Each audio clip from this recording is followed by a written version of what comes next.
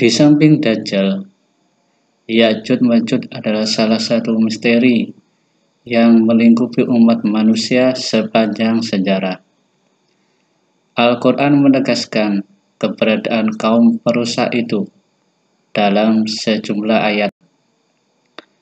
Dalam beberapa hadis, baginda Nabi Shallallahu Alaihi Wasallam juga mengingatkan akan keluarnya Ya'juj Ma'juj menjelang hari kiamat tiba. Keberadaannya secara pasti menjadi teka-teki yang tak terpecahkan hingga kini.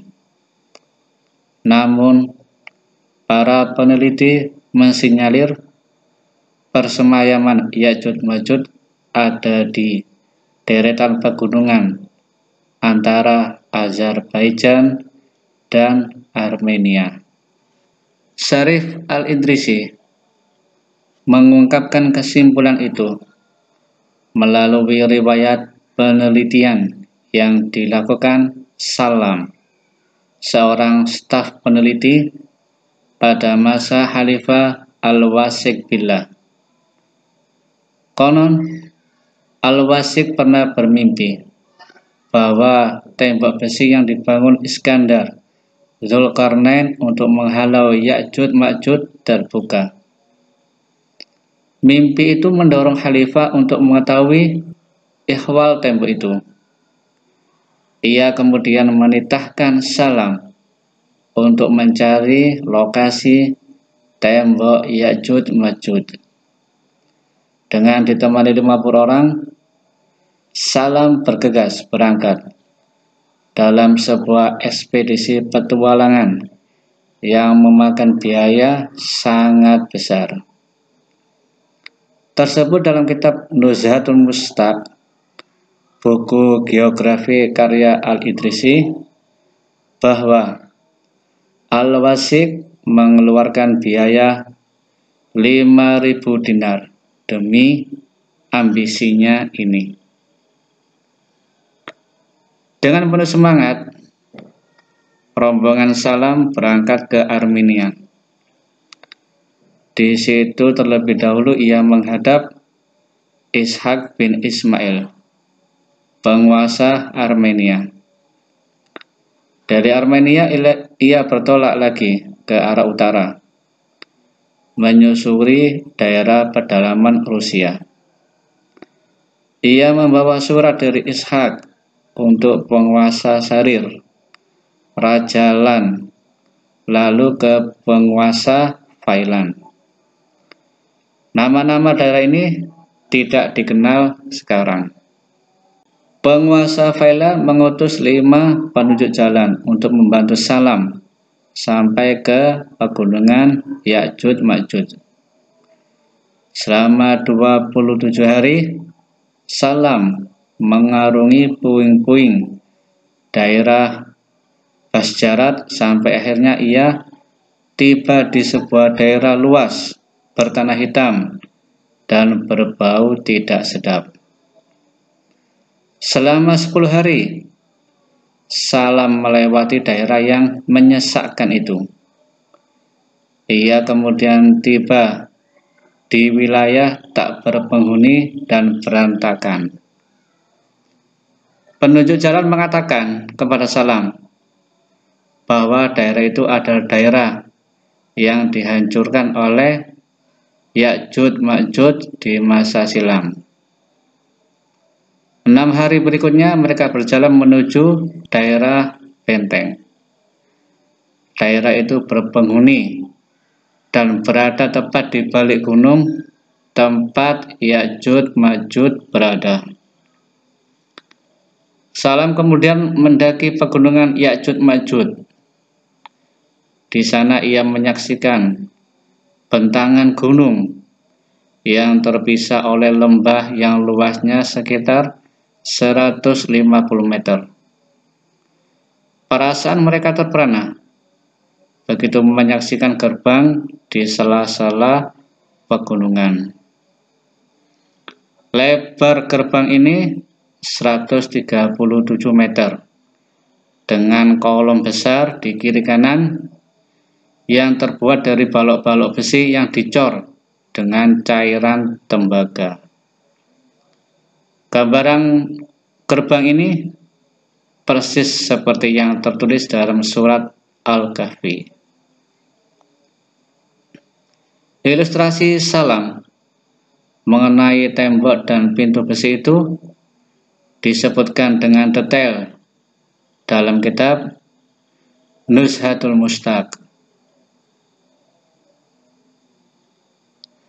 Menurut penuturan salam, penduduk di sekitar pegunungan Ya'juj Ma'juj biasanya memukul kunci pintu besi sebanyak 3 kali dalam sehari.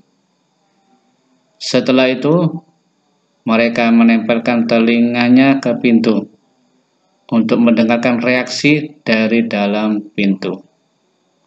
Ternyata mereka mendengar gema teriakan dari dalam yang menandai adanya makhluk jenis manusia yang konon adalah Ya'juj Ma'juj.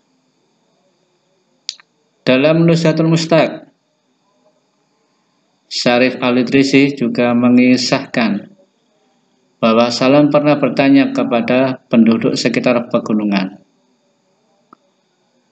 "Adakah Ya'juj Ma'juj pernah terlihat oleh kalian?" Mereka pun menjawab bahwa mereka pernah menyaksikan segerombolan orang bertubuh sangat kecil di atas tembok penutup. Lalu angin badai bertiup, melemparkan mereka. Setelah sukses menuntaskan tugasnya, Salam pulang ke Taras, Samarkand, Kota Rai, dan kembali ke istana Al-Wasik di Surraman Ro'a, Irak. Ia menceritakan dengan detail hasil penelitiannya kepada Khalifah. Sementara itu, menurut penuturan Ibnu Battutah dalam kitab Rahlah Ibnu Battutah, pegunungan Ya'juj Ma'juj berada sekitar perjalanan 6 hari dari Cina. Penuturan ini tidak bertentangan dengan Syarif Al-Idrisi. Soalnya di sebelah barat Laut Cina adalah daerah-daerah Rusia. Abdullah Yusuf Ali dalam tafsir The Holy Quran menulis bahwa di distrik Hisar, Uzbekistan, 240 km di sebelah tenggara Bukhara, ada celah sempit di antara gunung-gunung batu. Letaknya di jalur utama antara Turkestan dan India dengan ordinat 38 derajat dan 67 derajat E. Tempat itu dulu namanya Babul Hadid. Akan tetapi kini lebih dikenal dengan Volkhana dalam bahasa Turki. Orang Persia menyebutnya Dari Ahani. Semuanya bermakna pintu gerbang besi. Yun Xiang, seorang pengembara Cina, pernah melewati pintu berlapis besi itu dalam perjalanannya ke India di abad ke-7. Tak jauh dari sana ada danau yang dinamakan Iskandarkul. Pada Perang Dunia Kedua, konon pemimpin Inggris Winston Churchill mengenali gerbang besi itu. Keberadaan dinding penutup Ya'juj Ma'juj di pegunungan yang terbentang antara Azerbaijan dan Armenia ini nyata dan bukan kisah fiktif belaka. Kelak gerbang itu bakal terbuka dan makhluk-makhluk yang mengerikan akan menyembur ke permukaan bumi untuk melancarkan kerusakan.